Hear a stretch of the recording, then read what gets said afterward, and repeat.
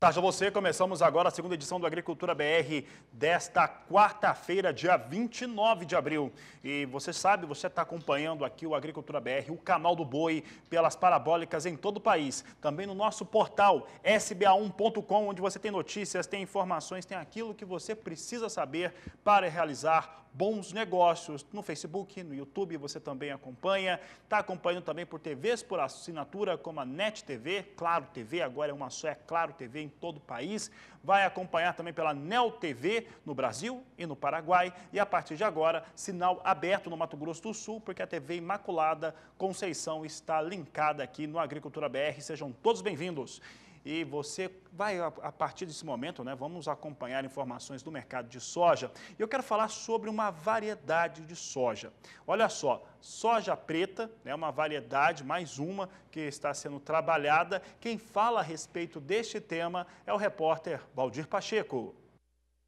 A terceira edição da Feira Norte Show, que aconteceria de 21 a 24 de abril em Sinop, no norte de Mato Grosso, e foi prorrogada como medida preventiva ao novo coronavírus, na vitrine tecnológica montada pela Embrapa Agrosilvio Pastoril, seria apresentada uma nova variedade de soja, a soja preta. Vamos conhecer agora com o pesquisador, Dr. Edson Ramos, os benefícios dessa variedade que pode substituir o feijão preto na nossa tradicional feijoada. Estamos aqui na vitrine tecnológica da Embrapa, preparada para a Norte Show 2020, e vamos mostrar para vocês uma soja convencional para alimentação humana. Essa soja, ela tem características diferentes por ela ser de coloração preta. É uma soja de cozimento rápido e a sua utilização principal é para substituir parte do feijão em uma feijoada, ou mesmo se fazer uma sojoada, que seria uma feijoada com esse feijão, com essa soja. Por ela ser preta, ela tem antioxidantes que são interessantes para quem tem interesse numa alimentação mais saudável. Pela presença da antocianina, essa soja com essa coloração mais escura, ela previne algumas doenças, como problemas de coração, artrite e até câncer, devido aos antioxidantes presentes, que são quase que o dobro do normalmente encontrados na soja de coloração amarela. Quanto às características da planta, ela é uma soja convencional, ela tem algumas resistências às principais doenças, como também aos nematóides, que são vermes que atacam as raízes das plantas. Ela é resistente a algumas raças de cisto e aos nematóides de galhas. E quem tiver interesse em adquirir sementes, basta entrar no site da Embrapa e pesquisar a relação de sementeiros credenciados. De Sinop, Mato Grosso, Valdir Pacheco.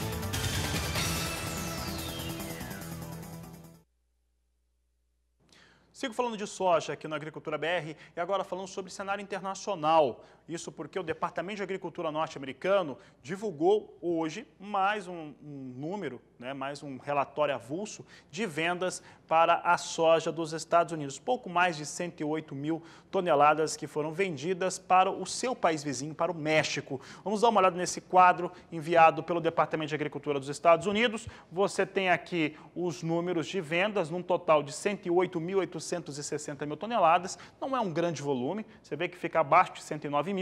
Campanha 19-20 foram vendidas 65.310 toneladas.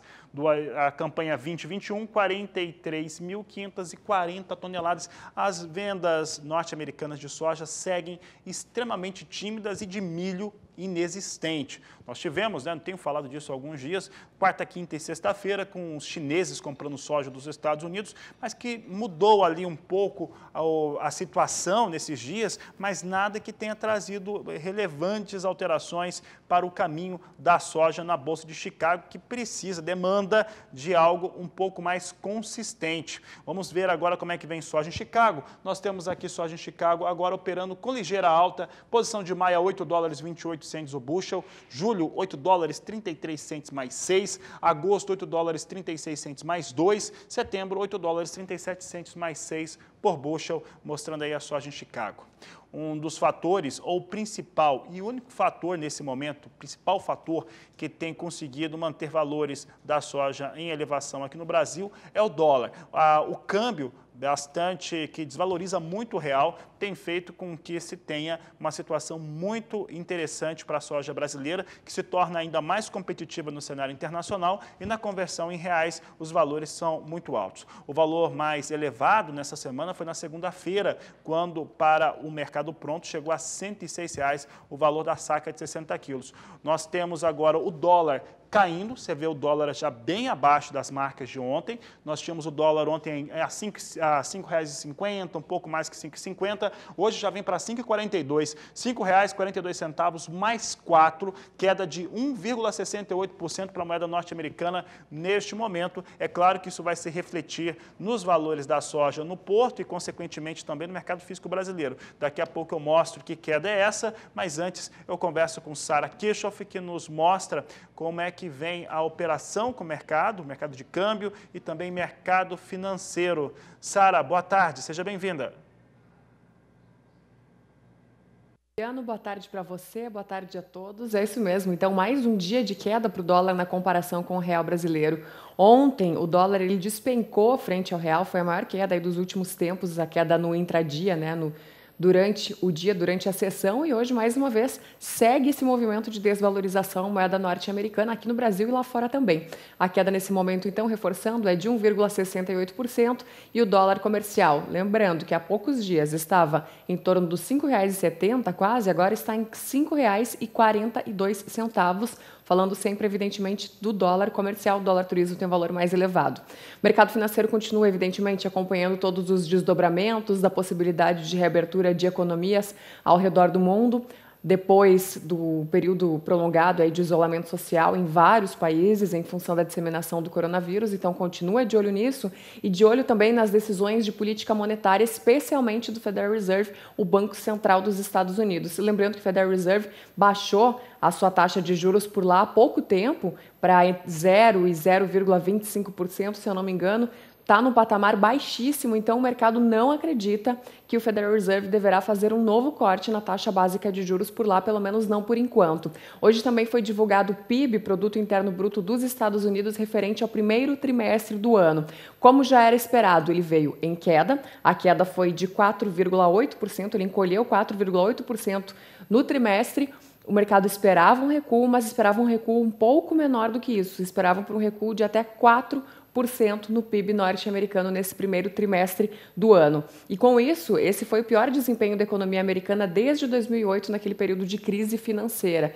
Então, evidentemente, hoje também o mercado acompanha e repercute esse fator. E é óbvio, né? Nem preciso falar que essa queda ela acontece principalmente por causa da pandemia do coronavírus, que também afetou muito a economia norte-americana. O mercado, então, de olho nesses fatores. E por aqui, outra boa notícia é que o Ibovespa, principal índice da Bolsa de Valores de São Paulo, tem mais um dia de valorização. Ele vem a semana inteira em alta e se ele terminar nesse cenário positivo, ele deve ter a máxima em 7 semanas. Então, com a ajuda do exterior e também do cenário interno. Vou pedir para o Vitor colocar o Ibovespa na tela para a gente. Como eu falei, ele vem em alta hoje. Nesse momento, a valorização do principal índice da Bolsa de Valores de São Paulo é de 1,56%. Depois de altas expressivas na segunda e na terça-feira. E com essa nova alta, o Ibovespa recupera agora o patamar dos 82 mil pontos. 82.583 pontos Ibovespa nesse momento, repercutindo, portanto, essa reabertura dos mercados, também o cenário político mais calmo aqui no Brasil. Lá no início da semana a gente falou que o presidente Jair Bolsonaro, ele ratificou o Paulo Guedes como ministro da Economia, como o homem que manda na economia do Brasil, e hoje mesmo o ministro Paulo Guedes, ele voltou a afirmar isso, que já tinha sido uma afirmação, então, do presidente Jair Bolsonaro. E hoje também, o ministro da Economia, Paulo Guedes, ele falou sobre uma queda no PIB brasileiro de 6% esse ano, mas ele ponderou aí que esse cálculo, ele pressupõe que uma contração de 2% viria somente pelo choque externo por conta da crise do coronavírus. Então, com isso, o mercado financeiro de olho nessas cenas aqui internas e também lá fora. E hoje o que ajuda a puxar o Ibovespa e muito para cima são as ações da Petrobras, que subiam em torno de 4% na manhã de hoje por causa da alta dos contratos futuros do petróleo lá fora. O petróleo que esteve em desvalorização nas últimas semanas, no último mês, como a gente acompanhou, em função dos conflitos entre Rússia e Arábia Saudita. Hoje tem um dia de alta, mas ainda está em patamares muito mais baixos do que aqueles registrados um ano atrás, por exemplo, mas hoje tem o cenário de alta, evidentemente, puxa os papéis da Petrobras lá para cima e puxa o Ibovespa para cima, porque a Petrobras tem um peso muito importante no índice da Bolsa. E daqui a pouquinho eu volto com mais informações aqui da Bolsa Brasileira de Mercadorias. É com você, Fabiano. Obrigado, Sara. Até daqui a pouco. Olha, a Sara comentava o mercado agora financeiro, comentou o dólar, né? Primeiro, essa forte queda que nós tivemos nesta terça-feira, e chegou próximo a 3% de recuo, e agora há pouco nós temos uma queda aí de em torno de 1,5%, o dólar está sendo negociado a R$ 5,42. Isso ele acaba refletindo diretamente nos valores da soja. A soja, para o valor pago à vista, nos portos que nós vamos citar agora, Santos e Paranaguá, vinha na segunda-feira a R$ 106, ontem no meio do dia eram 105 e hoje recua mais um pouco, por conta da queda do dólar. Veja só que Santos e Paranaguá têm valores de referência a R$ 104, o valor da saca de 60 quilos, de acordo com a apuração da Gramos Corretora, que você confere diariamente no Agricultura BR.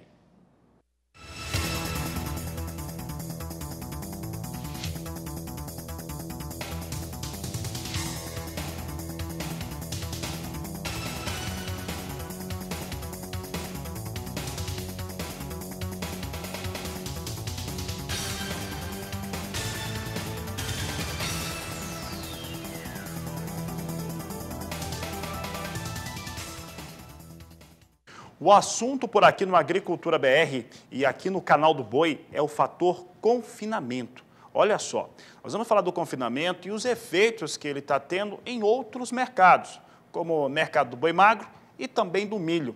No caso do milho, nós estamos observando nos estados produtores, como Mato Grosso do Sul, Goiás e norte do Paraná, recuos nos valores que estão variando nos últimos 30 dias entre 12% até 18%.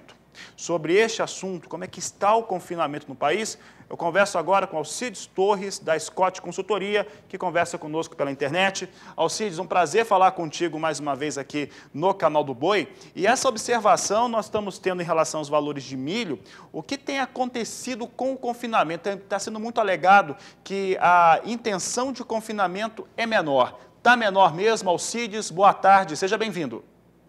Boa tarde, Fabiano. Obrigado pelo convite. É uma satisfação conversar com você sempre, né? Olha, é isso mesmo, tá? Os seus números estão corretos e em função do custo de produção e da queda do consumo de carne bovina, né? Então a intenção dos confinadores diminuiu, tá? E nós estimamos uma queda de 8% em relação às estimativas da Scott Consultoria feitas para 2019. Tá? O confinamento nós estimamos que deva ser de 4.400.000 cabeças esse ano. Tá? Embora o preço do milho tenha caído, você tem ainda um preço muito firme dos animais de reposição, o boi magro, e o boi magro ele representa de 70% a 75% do custo. Tá? Então essa é a principal razão. Mas o que pegou mesmo foi o Covid-19, a retração de consumo, a mudança de hábitos alimentares, o fechamento dos serviços de alimentação nos grandes centros consumidores, e tudo isso aí bagunçou o coreto, né, Fabiano? Bagunçou sim, Alcides. Alcides, falando sobre essa carne bovina do Brasil, olha só, há uma expectativa também muita gente tem apontado isso, em relação a demandas, principalmente demanda internacional sobre carne bovina brasileira no segundo semestre, né? Pensando que o confinamento já deve ser menor por conta desse custo de produção que não viabiliza o confinador a ter a atividade que ele gostaria de ter, nós podemos esperar, pela lógica, pela coisa que está se apontando, talvez uma melhora sobre o valor de arroba praticado no Brasil para o gado pronto? Olha, é uma boa pergunta, tá? O problema é que a gente não sabe se no segundo semestre a gente vai ter a plena recuperação do mercado, né? Uma das consequências do isolamento social foi a retração da economia, né? E a gente tem hoje uma previsão de PIB negativo, o que significa recessão econômica, né? E a elasticidade de renda, quanto menor a renda, menor o consumo de carne vermelha. Então, isso deve nos afetar. Com relação à exportação, você tem a União Europeia, por exemplo, o mercado comum europeu, suspendeu totalmente as exportações do Brasil, da Argentina e de todo mundo, né? Então, quer dizer, o que tem mantido o fluxo firme para o mercado externo, inclusive com recordes de exportação, é o consumo chinês, tá?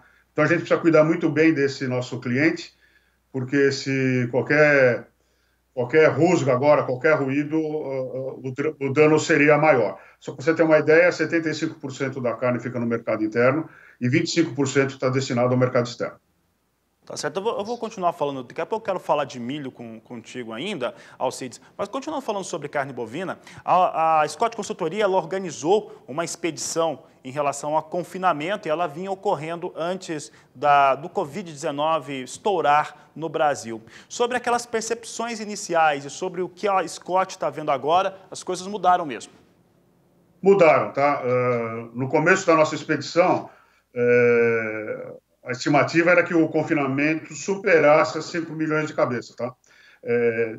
Nós tivemos que parar essa nossa expedição. Era uma expedição cujo objetivo era fazer um levantamento de intenção de confinamento, identificar as tecnologias adotadas, identificar as estruturas presentes, conversar com os empreendedores, né, os modelos de confinamento. E com o advento aí da pandemia, nós paramos a expedição um mês antes do decreto de isolamento social, porque nós não quisemos nos transformar em vetores desse vírus, porque a gente estava visitando todos os confinamentos, tá? Nesse primeiro momento seria uma amostragem, a gente pretendia visitar, ainda faremos esse trabalho após a amenização dessa praga, né, dessa gripe, e nós pretendíamos visitar 25% dos confinamentos brasileiros e o ano que vem fazer um censo mesmo, visitando todos os confinamentos mais importantes. Mas respondendo à sua pergunta, sim, nós conversamos com todas as pessoas que nós havíamos visitado antes dessa parada, e é daí que eu te dou essa informação, né? Uma queda de 8% na intenção de confinar. É claro que confinamento não é uma coisa que você resolva tipo sorrisal, instantaneamente, né? É um processo, né, que a gente começa a planejar o confinamento do ano que vem, esse ano, e aqueles confinamentos onde o confinamento faz parte de uma estratégia de produção da fazenda, esse naturalmente vai continuar, porque esses fazendeiros todos já estão prontos, com comida, com gado, está tudo feito, né? Essa retração advém justamente dos confinamentos de última hora ou do segundo giro e terceiro giros que normalmente acontecem, tá? Alcides, falando do pecuarista, né, que está nos ouvindo, está nos acompanhando agora e está pensando na seguinte questão, uma certa redução no número de animais confinados no Brasil, 8%, como a Scott está apontando, né? Uma situação também no qual se deve ter, em alguns momentos, no segundo semestre, aquele pico de aquisições feitos pelo mercado internacional.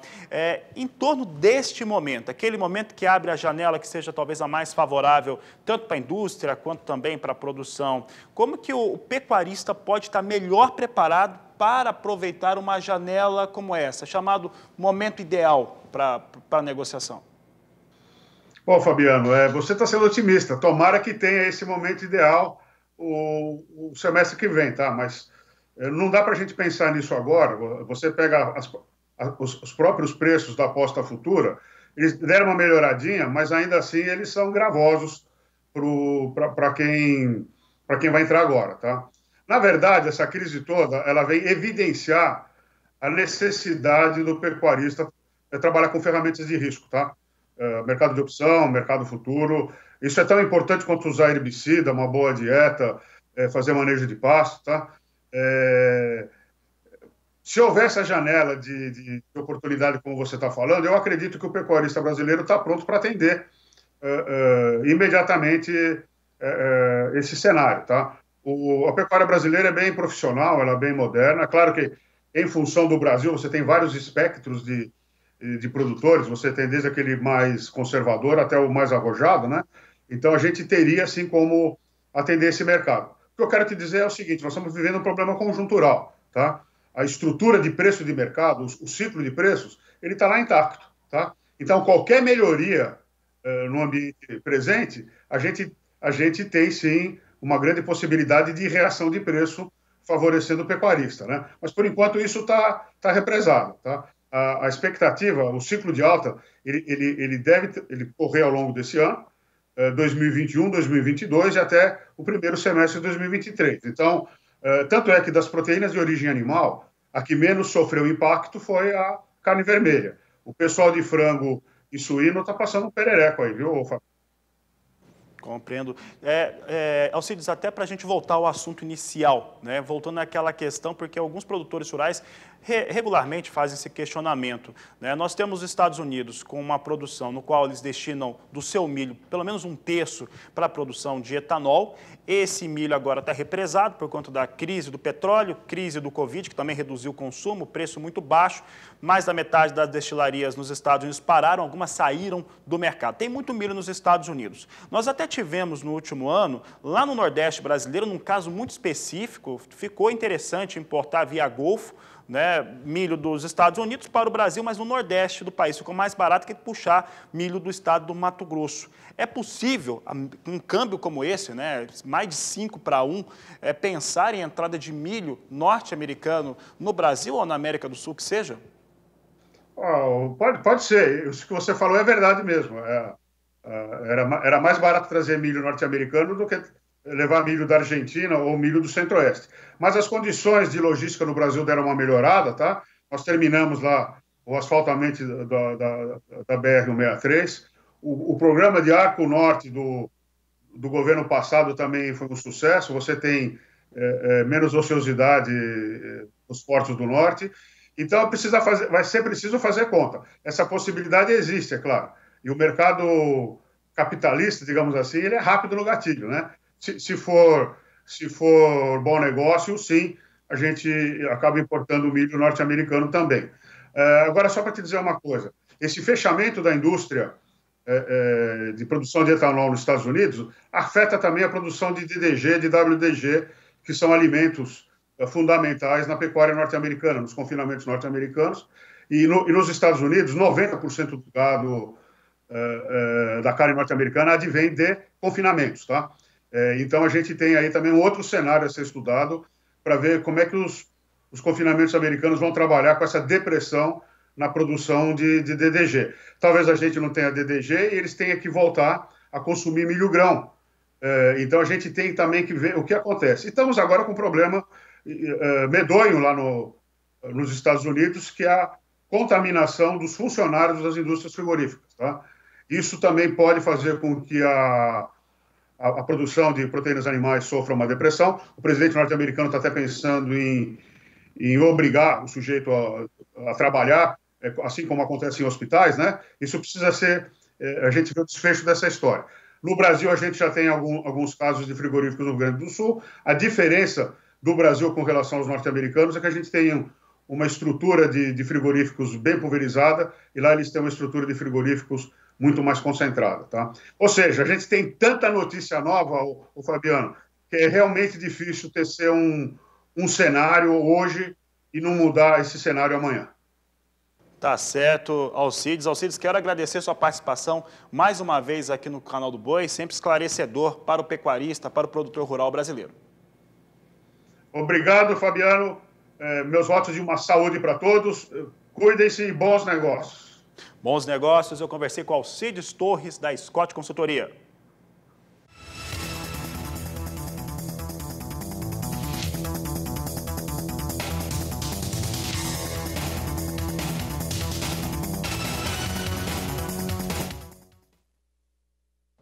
E a Copavel, Cooperativa do Oeste Paranaense, atua nos segmentos de grãos e também de carnes. Nós vamos ver agora um depoimento que o Dilvo Grolli, ele que é o presidente da Copavel, concedeu ao Canal do Boi, comentando como é que estão as exportações. Veja.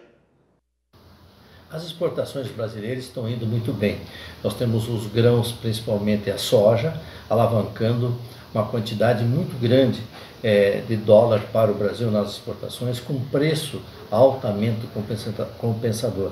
Assim também será o milho daqui a uns dias, que teremos grandes exportações de milho, porque hoje nós temos uma vantagem muito grande nas exportações de grãos, que nós tivemos uma valorização do dólar em torno de 35% nesse ano 2020, porque nós tínhamos um dólar no dia 2 de janeiro em torno de R$ 4,03 e hoje nós temos um dólar próximo de R$ 5,50. Isso equivale a dizer que nós tivemos valorização do dólar em torno de 35%, e isso alavancou e está dando sustentabilidade aos preços dos grãos atuais.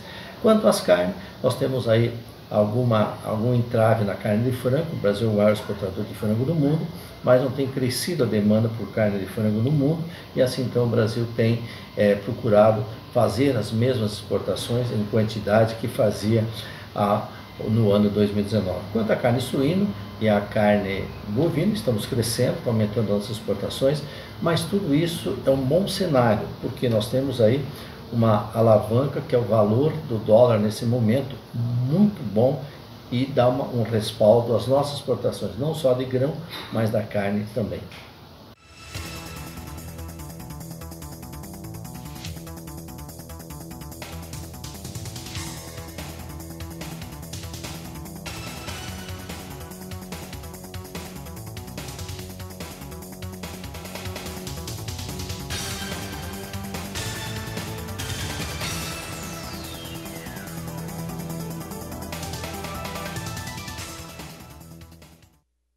A Agricultura BR fala agora a respeito da carne suína. Isso porque a demanda asiática tem sustentado a produção aqui no Brasil. E este é o assunto de Sara Keshoff, que volta ao Agricultura BR. Sara.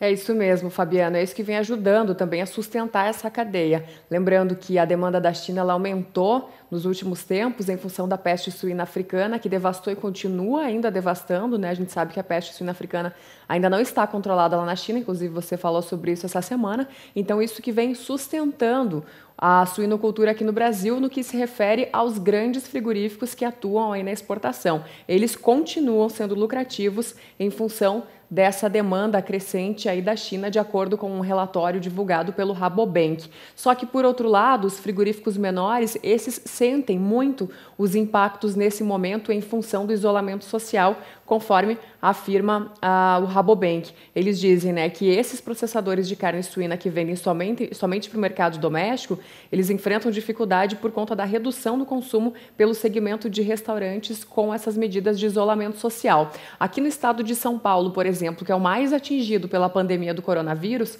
o Rabobank aponta que o consumo de carne suína em restaurantes, e claro, a maior parte deles está atuando só no sistema de delivery, né? Mas ainda assim muitos continuam funcionando. Mas então nessa alimentação nos restaurantes, o consumo de carne suína caiu 44% agora nesse período de isolamento social. Por outro lado, as compras no varejo de carne suína evidentemente aumentaram, mas não na mesma proporção, em torno de 19%, de acordo com esse levantamento do próprio Rabobank. E eles dizem que apesar desse cenário negativo no mercado doméstico, ele espera que a demanda asiática e o real desvalorizado, que é outro fator que está impulsionando as exportações do suíno brasileiro, que está mais competitivo, que esses dois fatores continuem a gerar oportunidades para os frigoríficos exportadores. E eles também dizem que uma planta adicional de carne suína está aguardando a aprovação do governo chinês, e isso deve ser anunciado até o final desse ano, Então, claro, evidentemente, um anúncio muito importante para a suinocultura. Outro fator que também deixa o mercado um pouco pressionado é a questão do milho, que subiu agora ao longo desse ano. Lembrando que no mês de março, o produto que serve de insumo na ração animal, ele subiu 35%. Só que esse cenário agora no mês de abril, ele está diferente. O milho, por exemplo, no indicador CPEA para Campinas, já tem uma queda de mais de 20% no mês, e isso deve se refletir lá na frente também. E queda também, como a gente sabe, você acompanha aí todos os dias e traz essas informações, do milho na Bolsa de Chicago, na CBOT, que esteve aí no menor patamar dos últimos 14 anos. Então, lá na frente, isso deve se refletir, trazendo um pouco de alívio também para esses produtores. Mas o cenário, nesse momento, para a suinocultura no Brasil, está sendo sustentado principalmente pela demanda externa e especialmente pela China. É com você, Fabiano.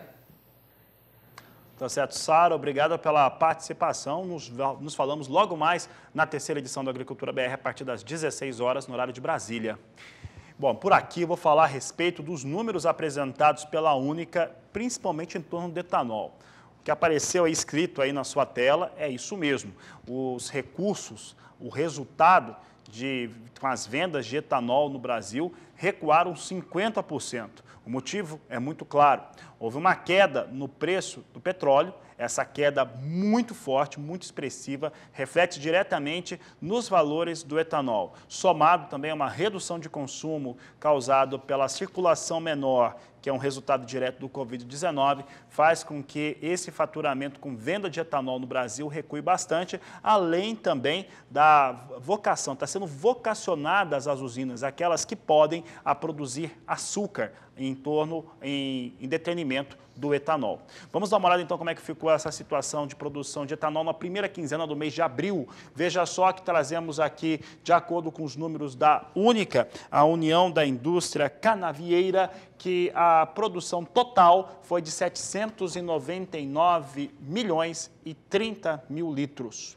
Na divisão, ficou 560 milhões 480 mil litros produzidos de etanol hidratado. De etanol anidro foram 201 milhões e 200 mil litros. Assim ficou a situação da produção brasileira nesta primeira quinzena do mês de abril. Situação que mostra mesmo algo muito forte em relação ao que vem acontecendo com o etanol, que vai sofrendo os impactos tanto na relação petróleo quanto na relação consumo, e aí tem uma forte preocupação. É necessário que o governo anuncie logo aquelas medidas que são necessárias, principalmente para a estocagem de etanol no Brasil, para que o setor não fique totalmente descoberto. É a maior crise que se tem para o setor sucroenergético do Brasil.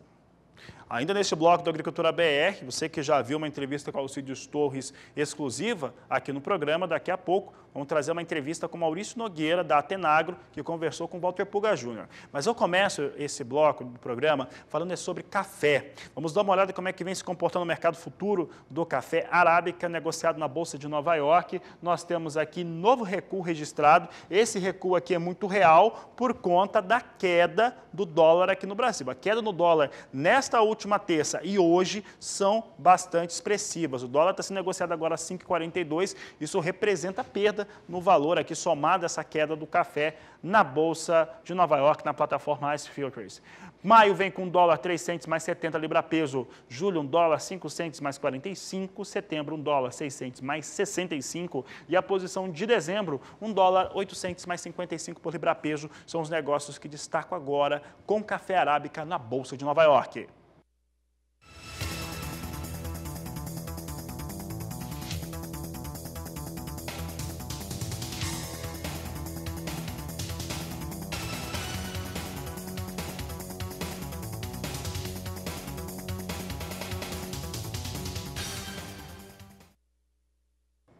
O café Robusta, ele é negociado na Bolsa de Londres e tem registrado, quem acompanha o Agricultura BR, quedas mais expressivas. Isso ocorre por conta da boa safra vietnamita e a recuperação total da produção dessa variedade de café no estado do Espírito Santo, aqui no Brasil. Veja só que nós temos aqui posições dentro da estabilidade de negócio, estabilidade total muito abaixo de $1.300, vai perdendo piso também de $1.200, na medida que o café café robusta do Vietnã ganha o mercado internacional. Posição de julho vem com 1.179 dólares a tonelada, setembro 1.201, novembro 1.221 dólares a tonelada e janeiro 1.239 dólares por tonelada. São os negócios com café robusta que influenciam os negócios com Conilon aqui no Brasil.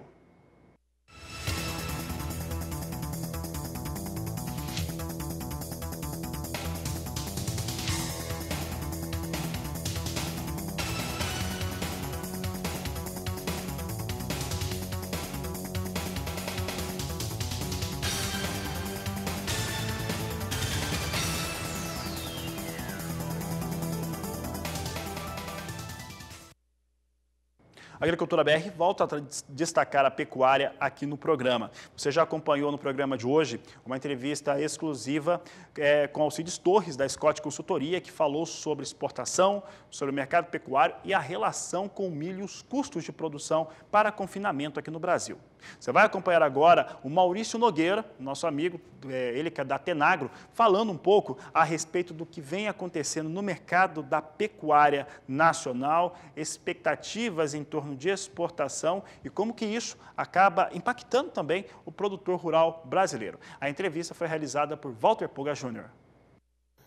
Obrigado, Maurício, por ter participado mais uma vez da nossa programação. Vamos tocar no assunto que hoje preocupa o pecuarista, né? Os preços que estavam na faixa de R$ 203, R$ 202 arroba começam a ceder. Isso é resultado do fechamento, da paralisação de alguns frigoríficos na compra, Maurício? Puga, prazer sempre estar aí com vocês. Eu acredito que não. A gente pode até ter frigorífico fechando por alguma razão e outra, mas o que a gente precisa entender é que nós tivemos alguns efeitos a hora que se iniciou toda a prevenção para a gente frear o avanço da pandemia, né? Então, o isolamento, a quarentena, fechamento de restaurantes, fechamento de cantinas, de refeitórios, isso fez que, num primeiro momento, você mudasse todo o hábito de consumo do consumidor brasileiro. Então, vai alterar o perfil de cortes que vão ser comprados, que vão ser demandados, né? Além do perfil de consumo, nós mudamos também o hábito de consumo, a forma com que ele vai comprar, o hábito de compras, desculpa. Lembra que na primeira semana, né, de todo esse movimento, a gente se assustou bastante com prateleiras vazias em outros países. Muita gente da cidade achou que isso aconteceria aqui no Brasil, se lembraram da paralisação lá dos caminhoneiros e foram atrás dos produtos para se estocar, né? Então, no primeiro momento, a gente teve um aumento de venda, faltou alguns tipos de cortes, e nesse segundo momento, além da mudança do hábito, você tem aí essa ressaca das compras que foram feitas nesse período. Então, evidentemente, a gente vai ter uma queda no preço dos cortes que vai refletir lá nos frigoríficos e eles têm que ter um tempo aí para se ajustar a tudo isso, né? Mas eu acredito que essa queda toda seja pontual e que logo, logo a gente se equilibre de novo. As exportações que nós temos feito, para a carne bovina em especial, suportam parte dessa queda de preço, porque os preços vinham se mantendo às custas de exportação, não? Também, Puga, a gente precisa ver uma coisa, a proporção das exportações ela não é a mesma do mercado que fica aqui. Então, é sempre dos cortes, né? A gente estima aí que entre 60% e 70% do que é exportado são partes da carcaça que não é de preferência do consumidor brasileiro. Isso é muito bom no dia a dia, né? Porque exporta e a carne que fica aqui o que o brasileiro dá mais vazão. Só que nesse momento que a gente mudou o perfil de compra, você continuar batendo o boi para exportação e está sendo demandado, né? Então a exportação até março ela vem acima do ano passado, quer dizer, sinalizando aí que a gente vai caminhar para outro recorde de quantidade exportada, mas dentro do mercado interno, as partes que não vão para fora começam a dificultar os frigoríficos. Então eles têm que tomar uma decisão, eles vão ceder em preço e colocar essa carne para sair mais barata para o consumidor, ou vão se estocar. Na verdade, eles vão tentar fazer vão tentar encontrar um ponto ótimo, né? E isso atrapalha muito aqueles frigoríficos que não exportam. né? Nesse caso, ele tem que competir com os cortes mais valiosos, com o frigorífico que, em teoria, esses cortes estão sobrando, né? Vamos falar assim de um jeito meio grosseiro, né? Então, todo esse ajuste vai criar um problema muito grande para os frigoríficos que não exportam, que provavelmente pode ser os que estão tendo mais dificuldade, talvez reduzindo o abate nesse momento, né? Dinheiro está caro, está tudo difícil, a venda está complicada, porque ele tem que se replanejar, mudar a logística, então envolve operações muito complicadas nesse momento para a indústria. Bom, então temos algumas dificuldades que são decorrentes aí da situação em que nós vivemos. Agora, de outro lado, nós temos lá fora também frigoríficos com alguma paralisação, notadamente nos Estados Unidos. Isso tem algum significado para o mercado brasileiro de carne bovina fora do país? Eu acredito que sim, Puga. No primeiro momento, as primeiras perguntas que fizeram para a gente se a gente exportaria lá para os Estados Unidos. A gente já está aumentando as exportações para os Estados Unidos. Eu não acredito que essa paralisação lá dê fôlego para a gente mandar produto para lá, né, em escala muito maior do que se imaginava. Até um dos fatores que já estão sendo relatados nos Estados Unidos é também uma queda de demanda, né? Mas os norte-americanos, provavelmente vão reduzir a quantidade de carne exportada, ou seja, o que estava projetado para esse ano, né, ou até em relação ao ano passado, e isso nos abre porta no mercado internacional. A gente acredita que aqui no Brasil nós tenhamos condições melhores que os norte-americanos para enfrentar esses problemas nos frigoríficos, principalmente de boi. Pode ser que em frango e suíno a gente passe por problemas semelhantes em algumas plantas, mas na carne bovina a gente tem uma ociosidade muito grande, já é um custo que os frigoríficos têm que administrar, né? E nesse momento esse custo talvez eles consigam usar como oportunidade. Então, eles já começaram a flexibilizar horários para diminuir a quantidade de gente ao mesmo tempo no mesmo ambiente, espaçar mais nas plantas. Isso são medidas que os frigoríficos brasileiros têm condições de fazer que lá nos Estados Unidos não tem, né? Tanto pela ociosidade como pelo tamanho das plantas que a gente tem aqui e o tamanho das plantas que tem lá nos Estados Unidos. Bom, o pecuarista, nesse momento, vê os preços com ligeira baixa, mudança em consumo de carne, né? Redução acentuada no consumo de frango e de suíno. O que você diria para o pecuarista que está agora de olho nessa situação, com o gado aí pronto para vender? É hora de segurar um pouco? Puga, eu não gosto desse negócio, dessa tese de segurar. Particularmente, não é uma tese que me agrada, né? Você tem que olhar caso a caso, então falar isso aí de forma generalizada é um perigo, né? Então, depende do custo de produção, da estratégia, como que ele está. Mas é uma questão a ser avaliada. A gente precisa lembrar que mesmo o boi caindo, que você mencionou aí no começo da conversa, ele está caindo para um patamar acima do que a gente projetava para a média do ano, no início do ano. Então, nós estamos num momento que a oferta de boi tá rala, né? Isso aconteceu porque parte dos bois foram adiantados para o final do ano passado, parte ainda não está pronto. Então, nós estamos num momento que o mercado, se a gente for ver toda a conjuntura, né, isso não é torcida, isso é uma avaliação, né? Era para o mercado até estar operando em preços mais baixos do que está hoje, né? Eu não estou dizendo isso que está bom ou está ruim, eu estou dizendo que nós estamos num cenário que poderia estar pior, né? E isso diz o quê? Que no curto prazo pode piorar, né? Então, se as exportações começarem a enfraquecer, desandar, ou a gente tiver problema aqui para reequilibrar o fluxo de cortes no mercado interno, provavelmente a gente vai ter uma queda de preço maior, né? Mas no cenário do ano todo, que aí é a pergunta que você fez, o que o produtor faz? Nós estamos trabalhando com um cenário de demanda acima de oferta, né? Então, mesmo com tudo que nós estamos vivendo, a conjuntura para o segundo semestre é positiva, principalmente para a carne bovina, né? Na carne suína, a gente também acredita que isso seja positivo, e o que tem aí um pouco de dúvida, que são questões aí mais ágeis, né, tanto do Brasil como para outros países responderem, no mercado de frango. Mas, mesmo assim, a tendência é produzir e vender mais ainda esse ano. Bom, eu agradeço a entrevista, Maurício Palma Nogueira. A perspectiva é melhor mais adiante para o pecuarista que trabalha com a bovinocultura. Você terá outras entrevistas do Maurício Nogueira aprimorando, né, estudos que vêm feitos sobre utilização de tecnologia, nossas exportações, durante esta semana. Agradeço por enquanto, Maurício. Muito obrigado, Puga. É sempre um prazer.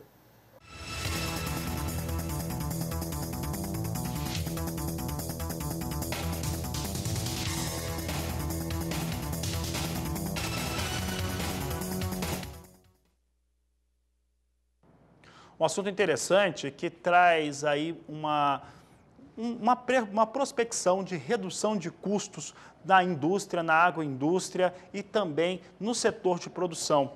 É a utilização do biogás. O biogás ainda é pouco utilizado no Brasil e você vai ver agora como que ele pode ser utilizado de uma maneira a trazer melhores resultados e uma redução de custos para todo o setor. Estou aqui para falar a respeito do panorama do biogás no Brasil.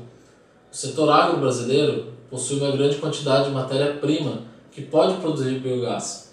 Estamos falando então da possibilidade de transformar os dejetos da produção pecuária, bovinocultura de leite, bovinocultura de corte, avicultura e suinocultura, em biogás. E quando a gente transforma em biogás, nós temos então a possibilidade de produzir energia elétrica, energia térmica e até refinar o biogás para que ele seja transformado em biometano e poder abastecer veículos leves, caminhões e tratores. Hoje no Brasil nós temos 84 bilhões de metros cúbicos por ano de potencial de produção. Por outro lado, nós estamos utilizando apenas 2% desse potencial em plantas e usinas que já produzem biogás e fazem aproveitamento energético. É importante ressaltar que 80% dessas plantas existentes são provenientes da agropecuária, são provenientes da transformação do passivo ambiental, que são os dejetos, em um ativo energético. No sul do Brasil temos um rebanho de aproximadamente 12 milhões de cabeças, que corresponde a 20% do rebanho nacional, e que quando a gente transforma isso em biogás, temos aproximadamente 2 bilhões de metros cúbicos por ano com um potencial de utilização para fins energéticos. Estamos falando então de uma situação onde eu posso transformar esse passivo ambiental em ativo energético e reduzir os custos da minha produção. Agradecemos ao canal do Boi pela oportunidade de explicar um pouquinho mais sobre o setor de biogás, e o Sei Biogás e toda a nossa equipe está à disposição. Esse foi o Rafael Gonzalez, presidente da Cibiogás, assunto bem interessante. E olha, vamos falar de mais oportunidades, porque o Brasil está andando e o Brasil anda mesmo no setor do agronegócio, é onde o Brasil não para.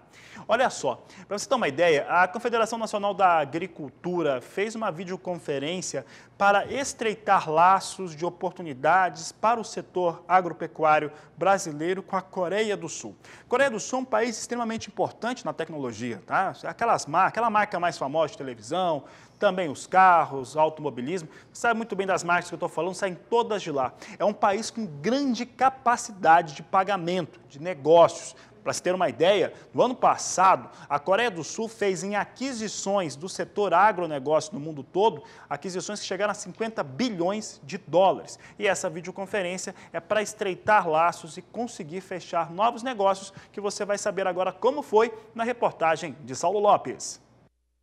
A videoconferência contou com a presença do adido agrícola brasileiro na Coreia do Sul, Gutenberg Baroni. Ele está naquele país asiático há 2 anos e tomou posse antes mesmo de assumir o governo Bolsonaro e a ministra Tereza Cristina. A mediação do encontro foi feita pelo setor de inteligência comercial da CNA, Confederação Nacional da Agricultura e Pecuária do Brasil. E segundo informes do Ministério da Agricultura, ano passado o país asiático importou 5,4 bilhões de dólares em pescados e 5,2 bilhões em carne suína, bovina e de frango, de vários países. Por enquanto, devido a questões sanitárias, o Brasil ainda não exporta carne bovina para a Coreia do Sul, mas mantém regulares os embarques de carnes suína e de frango. Durante a conversa entre a CNA e o adido agrícola na Coreia do Sul, foi consenso que todo o sistema agro segue normalmente com embarques, desembarques e nenhum problema em questão de abastecimento e transportes, rodovias dentro da Coreia do Sul. A Coreia do Sul que teve o seu comércio de alimentos afetado com a pandemia da Covid-19. Mas, segundo a Adido Agrícola, o consumo online de produtos agropecuários dentro do país foi responsável por manter em 30 dias, agora em março, 200 mil empregos diretos e gerou 350 milhões de dólares em renda. A Confederação Nacional de Agricultura e Pecuária do Brasil, a CNA, atua fortemente agora junto ao Ministério da Agricultura e o Adido Agrícola na Coreia do Sul para que o Brasil exporte mais camarão. É isso mesmo, porque só no ano passado os coreanos importaram, eles são os maiores importadores do mundo desse produto, eles importaram o equivalente a 492 milhões de dólares só de camarão. Lembrando que o nosso maior produtor é o Rio Grande do Norte, com 15 mil toneladas ano. O Brasil, que já teve há 12 anos, em 2008, 2009, 2010, por aí, uma das maiores produções e também diversificada forma da agroindústria do camarão, mas fomos perdendo espaço e agora o Ministério da Agricultura, junto com a CNA, pretende aí diversificar e apoiar esse setor. De Brasília, Saulo Lopes.